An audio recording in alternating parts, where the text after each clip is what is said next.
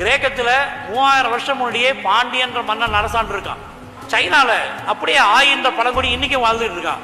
அவன் இருக்கிற ஊருக்கு பேர் தெரியுமா? பாண்டியன். சைனாவில் மட்டும் 200 ஊர் பாண்டியன் பேர்ல இருக்கு. ஜாவா, ஆஸ்திரேலியா, எல்லா உலகத்திற்கு அத்தனை நாட்டிலும் தமிழ் பேர் இருக்கு. அது இல்லாமல் தமிழ் பண்பாடு இருக்கு, தமிழ் மொழியுடைய கூறுகள் இருக்கு. இப்படி இந்தோ யூரோப்பியன் சொல்லக்கூடிய அத்தனை மொழியிலும் தமிழுடைய கூறுகள். தயவு செய்து உங்களுடைய தொன்மையை பற்றி தெரிஞ்சுக்கோங்க.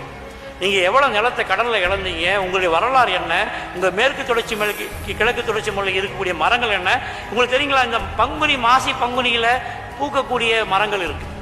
இந்த மரத்துக்காக தான் வலசீசர் மங்கோலியாவிலேருந்து ஒரு பறவை தேடிக்கிட்டு இங்கே வருதுன்னா, திணை அறுவடை பண்ணுறப்ப எல்லாம் சொல்கிறாங்க வெளிநாட்டு பறவை வந்து வருது.